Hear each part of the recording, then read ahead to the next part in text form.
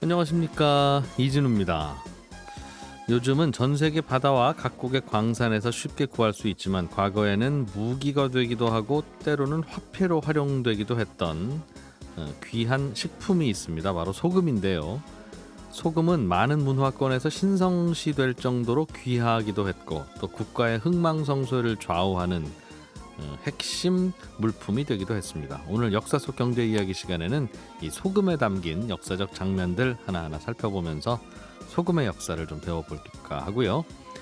요즘 시장 변화가 가장 빠른 분야가 자동차죠. 내연 자동차 시대가 끝나고 전기차와 같은 친환경차 시대로 빠른 전환이 이뤄지고 있는데 또 자율주행차, 드론 같은 미래의 탈 것들이 활발하게 발명되면서 일자리에도 큰 변화가 생기고 있습니다. 오늘 좋은 책 함께 읽는 체크리스트 시간에는 자동차의 도시 디트로이트의 현직 엔지니어가 업계의 흐름과 변화를 담아 쓴 오토워라는 제목의 책을 함께 읽어보겠습니다. 손에 잡히는 경제 플러스 광고 듣고 시작합니다. 짠 음식은 건강에 안 좋다고 해서 요즘은 저염식을 많이 찾는데 그래도 인체에 반드시 필요한 게 소금이지요. 소금이 있으니까 식품을 저장하기도 하고 또 저장한 식품이 있으니까 남는 식품을 서로 사고 팔 수도 있고 또 과거에는 소금으로 세금을 매기기도 하고 또 화폐로도 활용하기도 했습니다. 오늘 역사 속 경제 이야기 시간에는 이 소금, 솔트에 얽힌 흥미로운 역사 이야기 들어보겠습니다. 역사 스토리텔러 썬킴 씨 어서 오세요. 네, 안녕하십니까. 예, 소금 좋아하세요? 소금이요? 네. 그거 뭐 특히 뭐 좋아할 것까지 없으나 없으면 당황스럽죠, 사실은. 이게 참 애매한 것이 과유불급이라고 많으면 건강에 안 좋은데 없으면 네, 또 우리 생명에 또 지장이 있으니까. 그렇다면서요?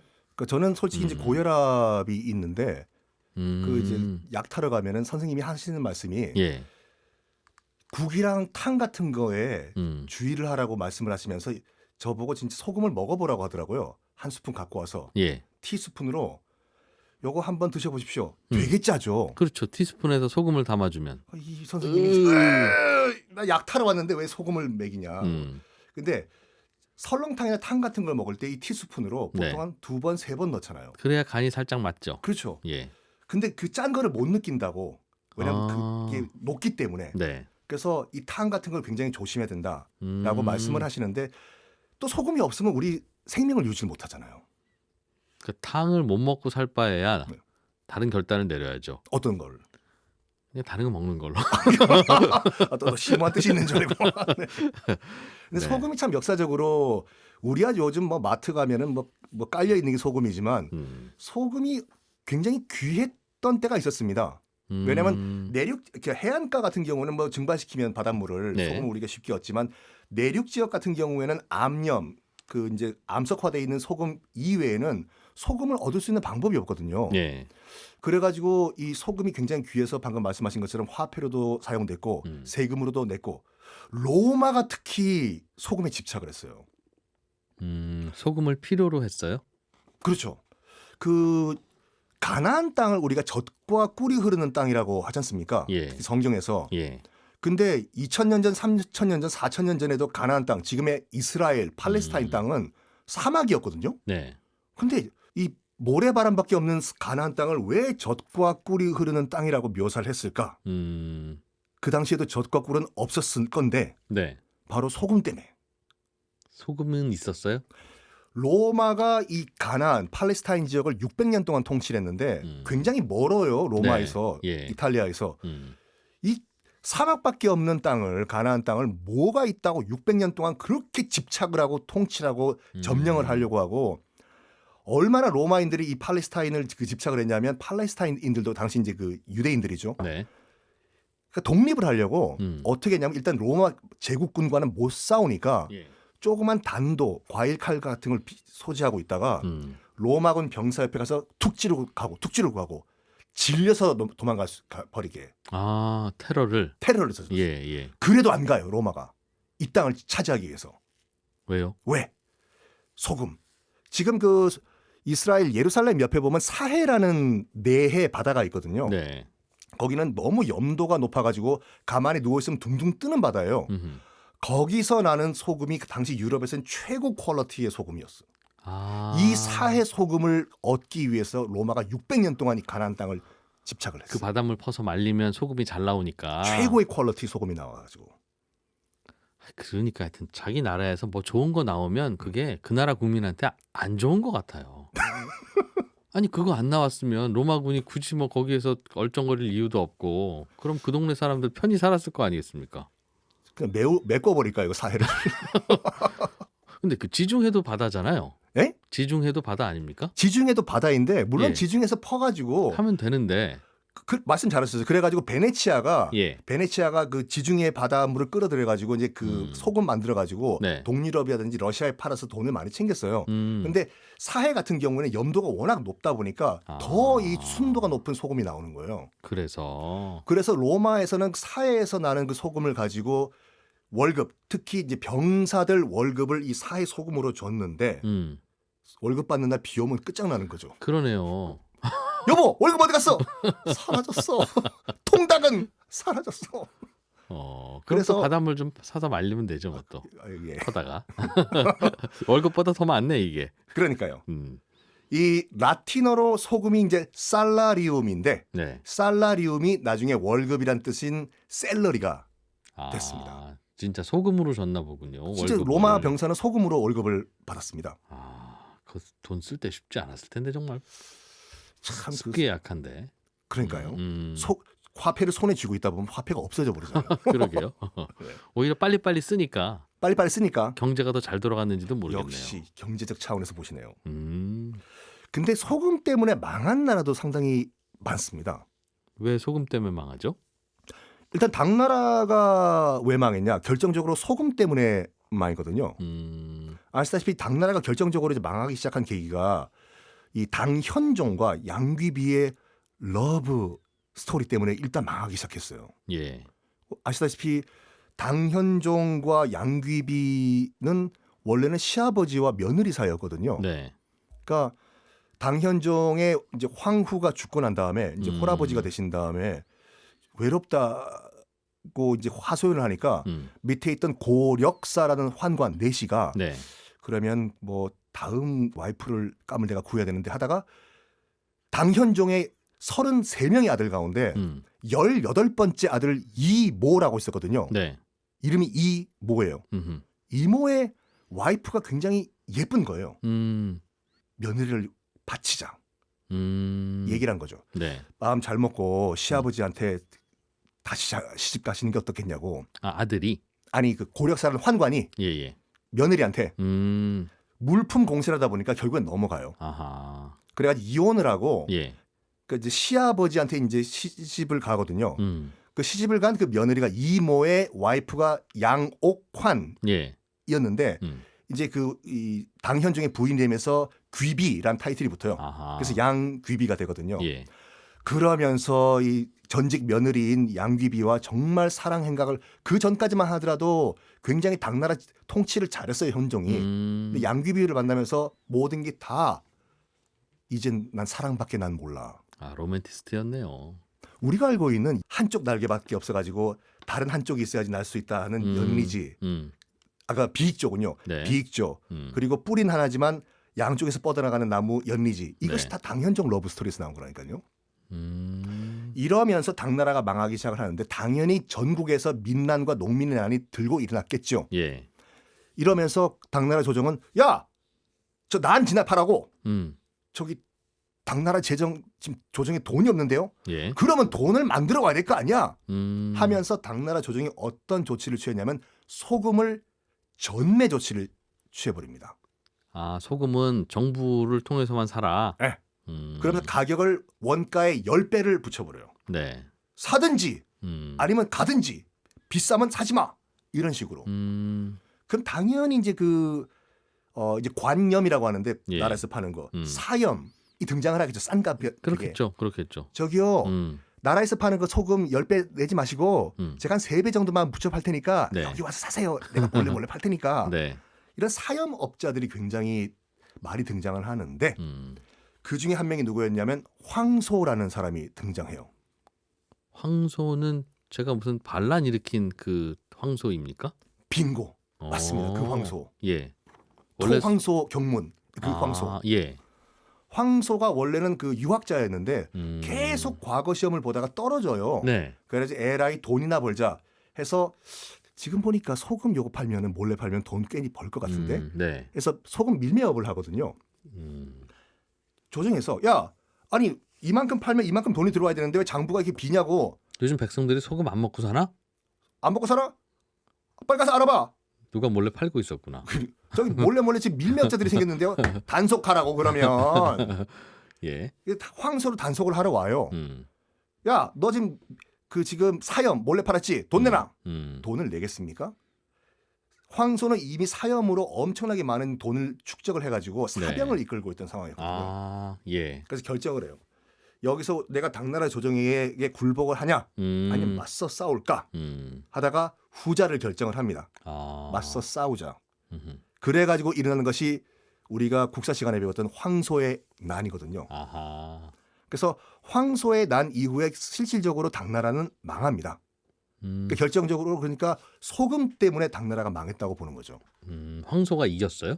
아니 황소는 진압이 되는데 네. 그 이후에 계속 연속해서 이 난이 발생을 해요. 예.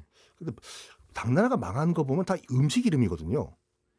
그게 황소도 음식 이름이고 또 다른 소금업자가 등장하는데 그 소금업자는 왕선지예요 또. 아, 이름이 왕선지. 네.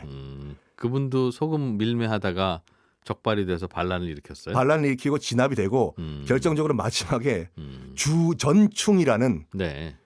이가 또 반란을 일으켜서 결정적으로 당나라는 망해버립니다. 아하. 그분은 이겼나 보군요. 당나라. 결국에는 이겼습니다. 소금. 원나라도 소금 때문에 망했어요? 참 억울할 거예요. 그 징기스칸이 세웠던 원나라, 예. 그러니까 100년이 안 가거든요. 그것도 망한 게 이제 그 소금 때문에 그런데 그 똑같아요. 그러니까 원나라가 이제 말기에 가가지고 이제 명나라 황제들이 라마교에 심취해가지고 국정은 다 내팽개치고 나라가 개판이 되거든요. 라마교가 뭐 하는 종교인데요? 그러니까 불교의 한 종파인데 예. 약간 밀교, 약간 혼자 숨어가지고 이렇게 혼자 돌을 터득하는 그런 것인데 비밀할 때 밀자군요. 그렇죠. 그게. 예. 거기에 빠져가지고 이제 그 국정을 다 내팽개진 상태였는데 당연히 이제 밀란이 일어나겠죠. 네. 그 중에 장사성이라는 또 소금업자가 또 등장을 합니다. 예. 아까와 스토리가 똑같아요. 원나라 정부는 소금을 전매를 하고 장사성은 또 소금 밀매를 시작을 하고 예. 단속을 했는데 이번에는 단속이 안 돼요. 그러니까 장사성이 치고 올라가요. 와. 그래서 장사성이 치고 올라가니까 그럼 나도 한번 나라를 한번 만들어 볼까? 장사성과 똑같은 또 반란 세력이 등장하거든요. 그 세력이 바로 우리가 알고 있는 주원장. 원나라를 무너뜨리고 명나라를 세운 주원장. 지금부터는 소금 장수인 장사성과 네. 약간 이 뭐라고 할까 불황아 네. 출신인 주원장 간의 대결이거든요. 결국에는 소금 장수가 지고 네. 주원장이 이기면서 주원장이 명나라를 세우게 됩니다. 주원장도 소금으로 뭔가 돈을 벌었어요? 소금 장수를 이겨가지고 명나라를 세웠으니까 어떻게 보면 원나라도 소금 때문에 망했다고 볼 수가 있죠. 그 무렵에 반란군 중에 하나였다. 소금 장수가. 근데 주원장 때문에 족발 좋아하세요? 족발 좋아하죠. 나중에 코로나 끝난 다음에 여러분 상해 가시면은 예. 상해 뒷골목에 가시면 우리 장충동 족발과 똑같은 족발 골목이 굉장히 많아요. 예. 맛도 비슷해요. 그럼 왜 굳이 상해를 갑니까? 굳이 상해를 갈 일이 있으면 그렇죠. 장충동을 가죠. 죄송합니다. 그러니까 우리는 장충동이 가까운데. 그러니까 가깝죠. 예. 나중에 혹시 상해 가실 일이 있으면은 대로변이 아니라 이제 골목길에 들어가시면은 동네마다 그 족발집들이 있어요. 이 족발이 지금 장사성과 이 주원장과 관련이 있습니다. 어떤 관계가 있습니까? 그 당시에 그 장사성과 소금 장수 장사성이랑 그다음에 이제 주원장이 치고받고 싸울 때 가만히 지켜보던 사람이 하나 있었거든요. 예. 당시 중국 최고의 재벌인 심만삼이란 재벌이 가만히 본 거예요. 어느 쪽으로 붙어야 되지? 장사성 쪽으로 붙을까 아니면 주원장 쪽으로 붙을까? 예. 어느 쪽으로 붙어야지 내가 살 수가 있을까? 예. 하다가 그래 결심했어 라고 심만삼이란 중국 최고의 재벌이 장사성 쪽으로 붙어버려요. 네. 근데 웬걸 어어어어 장사성이 몰락을 해버리고 주원장이 직분을 해버렸네요. 예. 난 죽었다 이제. 10만 사람이란 재벌이. 음. 그래가지고 주원장한테 찾아가서 싹싹 빌어요. 제가 판단을 잘못했다고. 그 대신에 돈 필요하시면 말씀하시라고. 네. 내가 다 대드리겠다고. 예. 그래가지고 뭘 하냐면 당신은 그 수도가 난징 남경이었거든요. 10만 삼이 얘기합니다. 주원장님, 제가 사죄하는 뜻으로 남경 성을 지어드리겠다고. 하오? 지으라고. 얼마나 걸리겠나? 제가 3개월 안에 지어드리겠습니다. 하오? 지으라고. 네. 엄청나게 자기가 갖고 있는 재산을 거의 쏟아부어가지고 1개월 반 만에 완공을 해버린 거예요. 성을 대충 지은 것 같은데. 예. 그런가? 그렇죠. 예. 그래가 자랑을 하려고 찾아가요 주원장을. 네. 폐하, 제가 이렇게 공기를 단축해가지고 이렇게 빨리 완성을 했습니다. 예. 너무 기뻐가지고 제가 드리는 말씀인데 제가 성 공사에 참여했던 병사들에게 1인당 은 한 양씩을 다 선물로 주시겠습니다. 여기 주원장이 자존심 상한 거예요. 주원장은 자존심 빼고는 약간 자격지심이 있었어요. 원래 약간 불황아 출신에 예. 못 먹고 굶어 죽기 직전까지 간 또 탁발승 동양에서 먹는 그 스님이었다 보니까 예. 굉장히 그 자존심, 자격지심이 있는 사람이었거든요. 자존심 건드리면 폭발했어요. 지금 나한테 3개월 걸린다고 해놓고 지 맘대로 한 1개월 반에 만든 것도 모자라가지고 뭐 지금 지가 병사들한테 돈을 준다고? 이거 황제의 권위를 지금 넘어가는 거네. 예전에 그 소금장수 장사성 옆에 붙을 때부터 알아봤어. 얘를 죽여야 되겠다. 라고 결심을 해요. 네. 그리고 한 번은 그 10만삼 집에 찾아가가지고 만삼아, 나 너희 집에 저녁 먹으러 갈 테니까 준비하라. 뭘 차려드릴까요? 됐고 내가 재료 갖고 갈 테니까 이거 가지고 요리 만들어라. 네. 그러시죠. 10만삼 집에 찾아가요 주원장이요. 뭘 가져갔냐면 돼지 족발을 가져가요. 당시 주원장은 무슨 얘기를 했냐면 예. 피휘라고 해가지고 그 황제의 이름 비슷한 건 쓰지도 못하게 했거든요. 우리도 그러잖아요. 임금 조선시대 임금이 이도, 예. 이산 외자 쓴 것도 백성들이 쓰지 말라고. 네. 주원장 특히 주자라는 이름을 쓰면 바로 처형이었거든요. 근데 주가 그 중국어로 돼지저를 예. 중국어 발음하면 주거든요. 어허. 예. 갖고 간 거지. 돼지 족발을. 음. 이거 삶아라. 삶은 다음에 요리하고 칼로 썰어라. 그럴 때 이제 물어보려고 한 거죠. 네. 네가 지금 칼로 썰고 있는 게 뭐냐 만삼아? 주요. 하는 순간 너 지금 주원장 나를 칼로 썰는다는 그런 뜻이냐? 저놈을 잡아라. 죽여. 이렇게 하려고 갔어요. 굳이 네? 그런 시나리오를 만들었어야 죽일 수 있었어요? 명분이 필요하니까. 아, 세상에. 예. 그래서 그 돼지 족발을 갖고 가서 삶았는데 10만 삼은 다 알고 있었던 거죠. 분명히 이 명분으로 날 죽일 것이다. 어떡하지. 아니나 다를까. 요리가 다 된 다음에 갖고 간 거예요. 네. 썰어라 칼로 만삼아. 만삼아? 만삼이었으니까. 네, 그렇죠. 칼로 딱 써는 순간 잠깐 덩이샤. 덩이샤는 중국말로 웨이. 네가 지금 썰고 있는 것이 뭐냐? 시나리오대로 가는 거예요. 주라고 하는 순간 난 죽어요. 폐하! 이거는 제달입니다. 만삼제입니다. 10만삼. 만삼 구제역 할 때 제자. 네. 만삼제입니다. 죽이질 못했어요. 그래서 지금도 중국 상해 뒷골목 가면은 상해가 남경 근처니까 네. 한자로 정말로 1만 만자에 그 석삼자에 돼지 다리 제자거든요. 만삼제 걸려 있는 식당들이 있을 거예요. 아, 그걸 만삼제라고 불러요? 오한산티라고 하는데 거기서 유래를 했습니다. 이런 스토리 알고 가서 드시면 재밌죠. 아, 그래서 소금이 유럽에서도 전매를 할 만큼 귀했겠죠, 거기도. 그렇죠. 샐러리도 줬다고 하니까. 그거를 보여주는 간단한 그 신화가 있는데 예. 저기 덴마크의 왕 반인 반신이었던 프로디라는 국왕이 있었어요. 너무 통치를 잘하다 보니까 스웨덴 국왕이 초대를 한 거예요. 초대를 해가지고 이제 만찬을 벌여준 다음에 이제 그 선물로 거인 여성 2명을 줬어요. 신화군요, 신화. 신화예요. 예. 페냐 메냐라는 두 거인 여성을 선물로 줬어요. 힘이 장사예요. 예. 데려가서 이제 덴마크 왕이 뭘 했냐면 당시 덴마크에 그로티라고 엄청나게 큰 맷돌이 있었는데 예. 돌리지 못해 아무도. 너무 커서. 네. 페냐 메냐 그 거인을 데려와가지고 예. 잘 됐다. 페냐 메냐 너희들이 이 맷돌을 돌려라.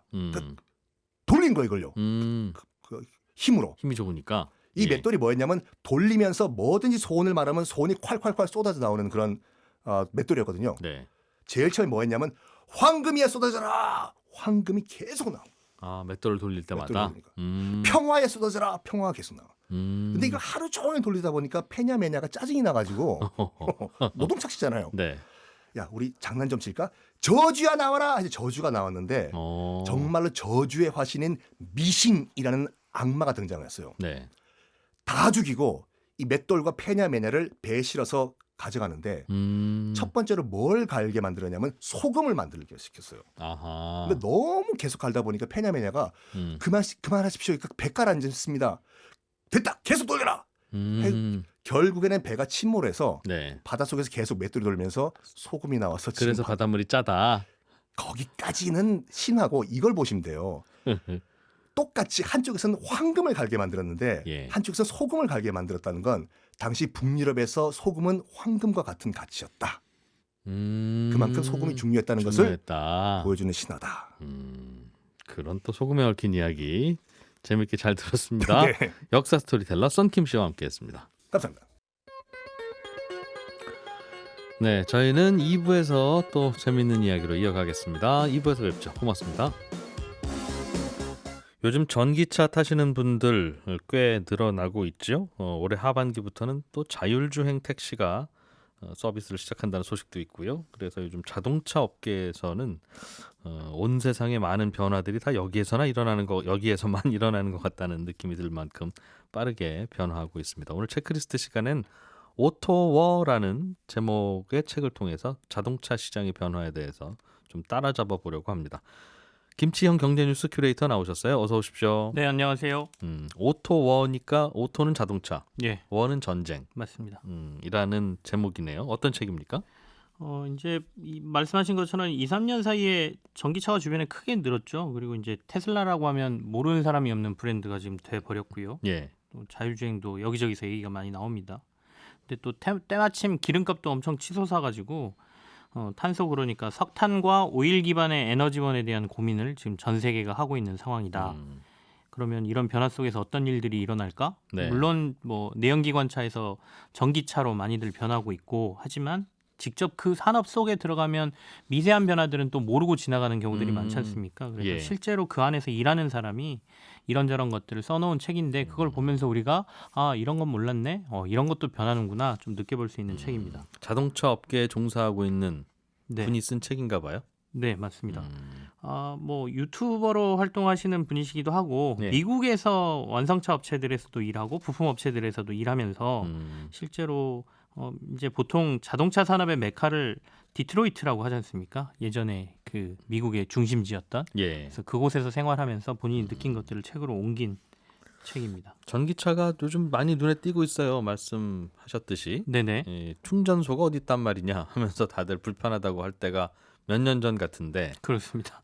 편리해지기도 하는 것 같고 그래서 요즘은 새 차 살 때 전기차를 사볼까 하는 생각들을 다들 하면서 아직은 시기상조인가 하고 다른 쪽으로 넘어가긴 합니다만 다들 이제 전기차가 후보차 네네. 중에 하나가 되고 있나 봐요.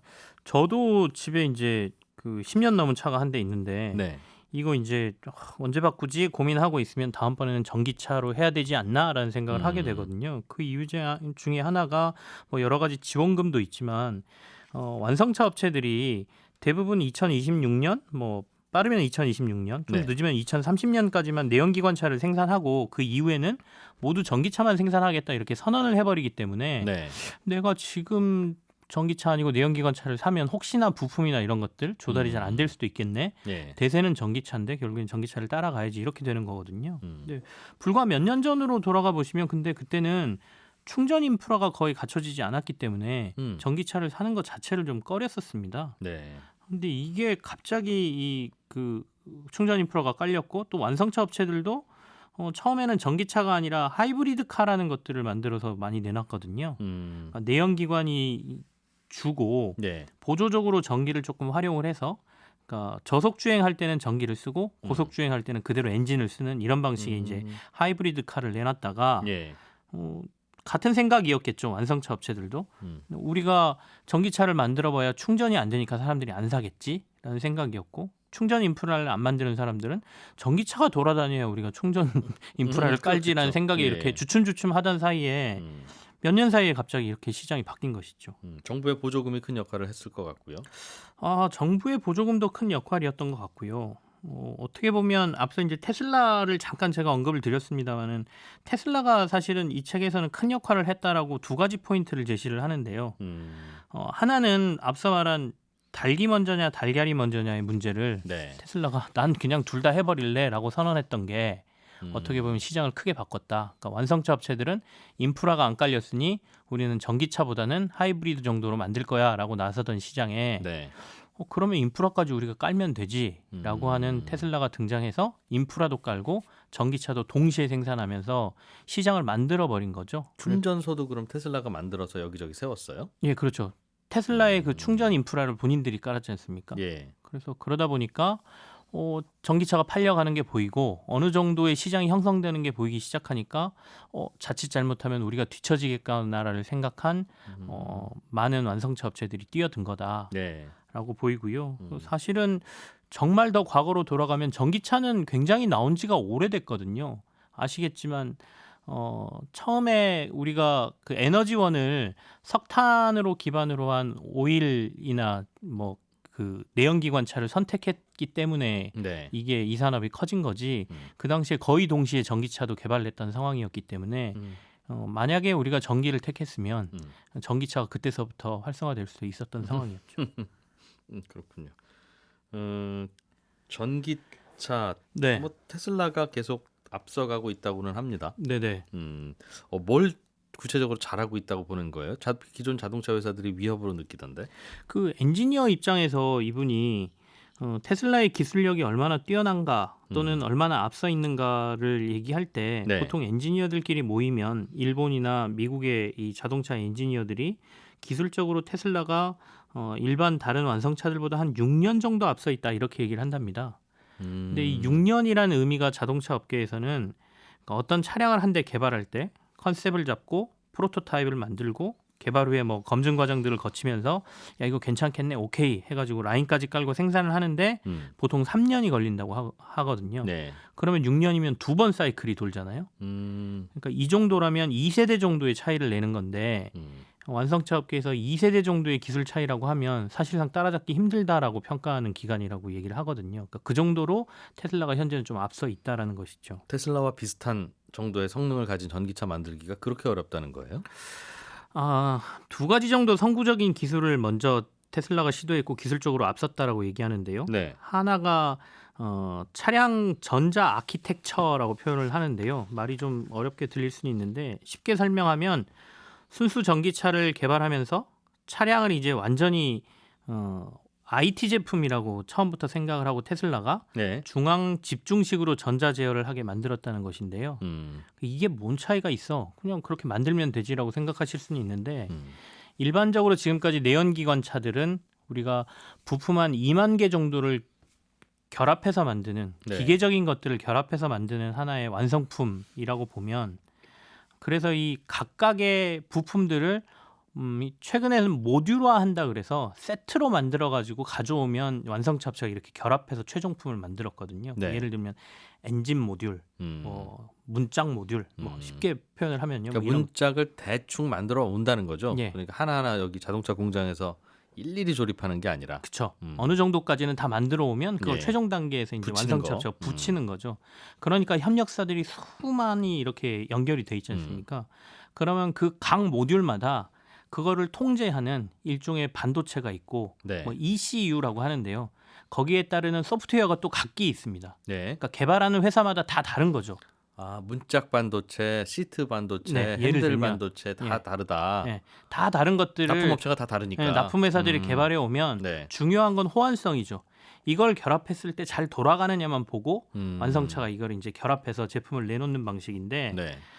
테슬라 같은 경우는 이거 자체를 처음부터 중앙 통제 방식으로 하겠다. 그러니까 지방 방송들 다 꺼. 우리가 다 할 거니까라고 해서 중앙에 우리가 컴퓨터에는 CPU라는 게 있듯이 하나 두고 나머지도 다 그렇게 통일을 시켜버리니까 그럼 시트에 반도체를 따로 넣지 마라. 네. 사람의 뭐 체형이나 의자의 선호도나 이런 거를 기억했다가 메모리했다가 바로 되는 그런 장비를 따로 만들지 말라는 겁니까? 그럼? 네. 그러니까 그 기존에는 보통 ECU가 자동차 한 대에 70개에서 많으면 150개까지 들어갔다고 하거든요. 그러니까 각각 통제하는 장치들이. 네. 근데 이거를 확 줄여버린 것이죠. 그렇다 보니까 부품 수도 줄고 향후에 어떤 업그레이드 제품을 개발할 때도 네. 굳이 협력사하고 막 이걸 호환되니 안 되니 너네 소프트웨어 개발 다시 해줘 이런 얘기 안 해도 한꺼번에 그냥 통일적으로 해버릴 수 있는 것 자체를 만들어버린 게 앞으로 뭔가의 새로운 것들을 만들어낼 때 기술적인 차이를 낸 첫 번째였다라고 얘기를 합니다. 그렇군요. 그거 그냥 우리도 하면 좋다. 테슬라 아이디어 좋네. 네네네. 해서 현대차가 우리도 그렇게 할게 하면 안 된다는 건가 봐요. 아니죠. 이제 따라 하고 있는 거죠. 그렇게 지금 후발주자들은 따라가고 있습니다. 그래서 현대차 같은 경우에는 뭐 플랫폼이라고 그래서 전기차 플랫폼이라고 그래서 만들어 놓은 게 있죠. 현대 네. 기아차가 쓰는 플랫폼들이 있습니다. 이제 그런 것들이 어떻게 보면 중앙 통제 방식의 아키텍처를 적용한 일종의 예. 전기차 플랫폼들을 후발주자로 만들어내는 것인데 워낙 선두적으로 치고 나갔고 이런 것들을 먼저 만들었기 때문에 기술적인 차이가 있다는 것이고요. 또 이게 또 하나 작용하는 게 앞서 말씀드린 것처럼 굉장히 많은 부품들을 서로 결합하고 서로 이쪽에서 통제장치 따로 있고 다른 것들끼리 호환하고 그러다 보니까 전선도 굉장히 많고 완성차들에는 그다음에 이게 만약에 나중에 정비 문제로 들어갔을 때 어디서 고장 났는지도 잘 못 찾고 그다음에 그 새로운 제품을 개발할 때도 시간이 굉장히 오래 걸리는 문제가 있는데 네. 이런 것들이 한 번에 해결되는 어떻게 보면 굉장히 자동차 업계에서는 신선한 충격이었다라고 얘기를 합니다. 그러게요. 자동차를 한 번도 안 만들어 본 사람이 만들어서 그런가 우리는 생각지도 못한 그쵸. 방식으로 만들고 있다. 굳이 그렇게 할 생각을 안 했는데 저렇게도 되는구나라는 뭐 생각의 변화 하기야, 같은 거죠. 하기야. 우리한테 요리법을 가르쳐주지 않고 네. 완성된 요리 사진만 준 다음에 재료를 주면 우리는 맘대로 만들기 시작하겠죠. 네. 근데 그거 중에는 신선한 방법인데 다 한꺼번에 넣고 끓이네. 최근에 라면 끓일 때 뭐 찬물에부터 끓여야 되냐 아니면 다 끓은 다음에 넣어야 되냐 뭐 이거 싸움하고 비슷한 것 같습니다. 그렇다. 또 어떤 포인트가 있습니까? 그리고 이제 또 하나는 자율주행과 관련된 개발 방식의 차이를 여기서는 지적하는데요.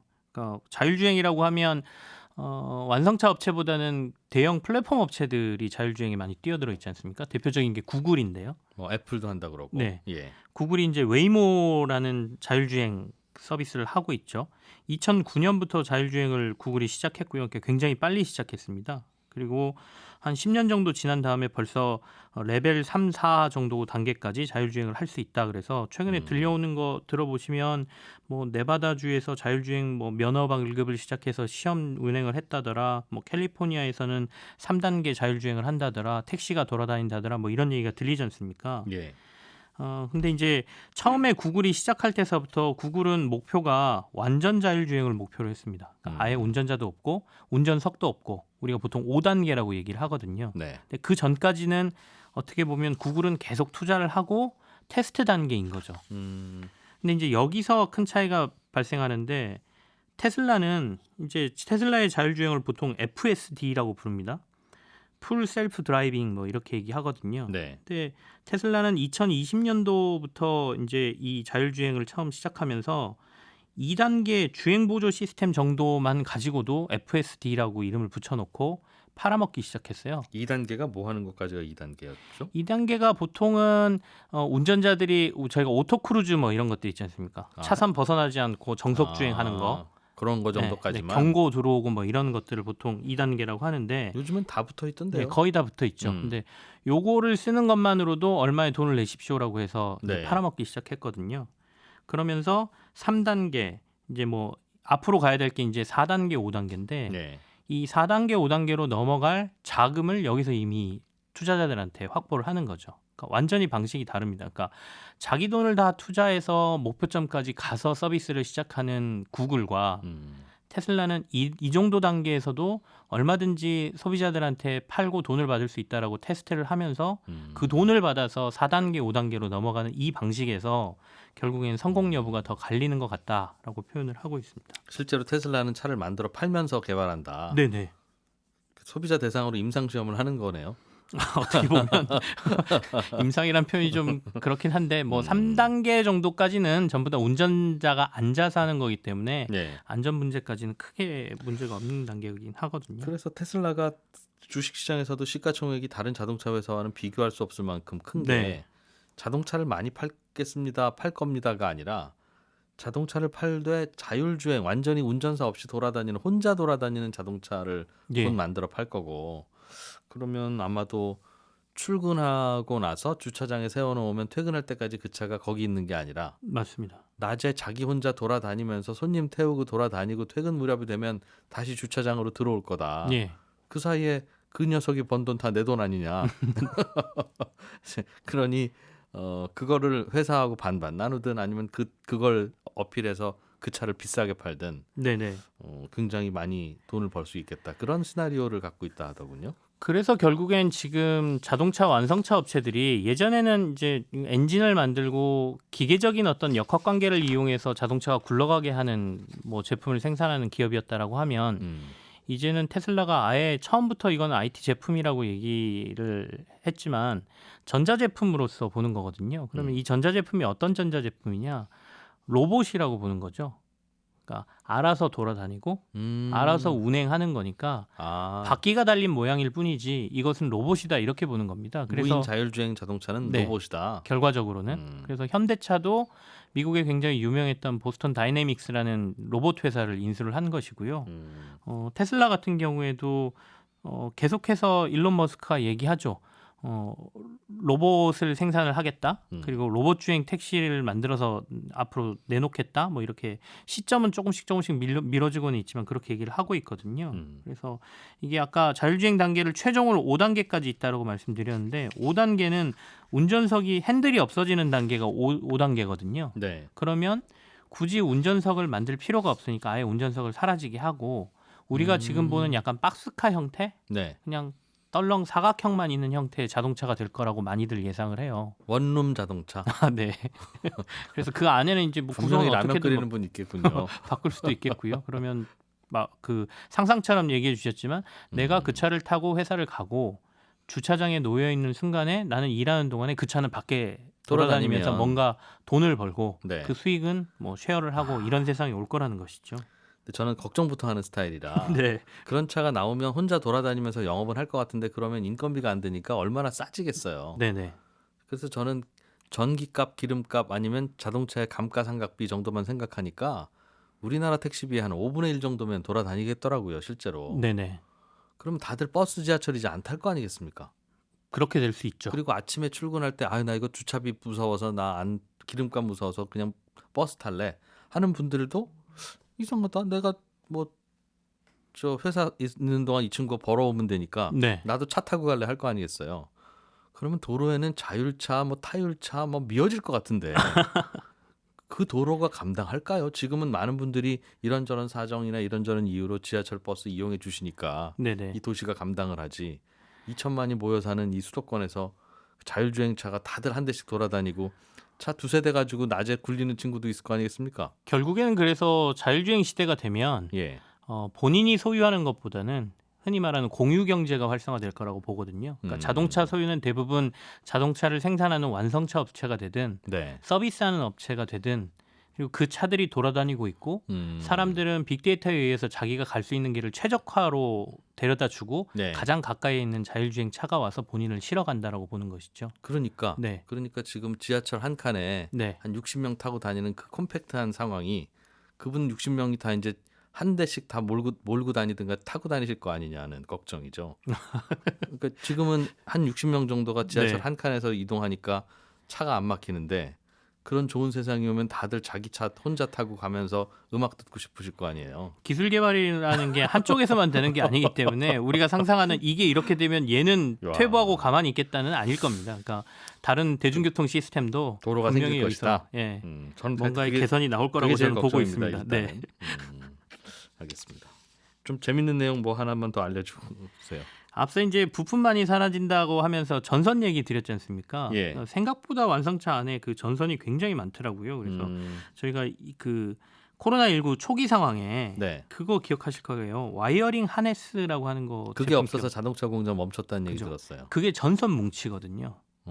그래서 그 전선 뭉치를 왜 그렇게 많이 쓰고 그게 없으면 왜 안 되지가 각각의 모듈을 다 연결해 주는 게 결국엔 그 전선 뭉치였고 네. 그거는 기계가 할 수 없는 일, 사람이 할 수밖에 없기 때문에 중국에서 생산을 했었고 그래서 이걸 많이 없앤 거는 결국에는 자동화하고도 연결이 됩니다. 그러니까 얼마나 빨리 차를 생산해낼 수 있느냐이기 때문에 앞서 이걸 획기적으로 바꾼 것도 굉장히 큰 변혁이었다 이렇게 볼 수 있는 것이죠. 네. 김치영 경제뉴스 큐레이터와 함께 자동차 업계 얘기 들어봤습니다. 고맙습니다. 네, 감사합니다. 예, 저는 내일 아침 8시 30분에 오죠. 이진우였습니다. 고맙습니다. 더 깊고 더 재미있는 경제 이야기. 이진우의 손에 잡히는 경제 플러스.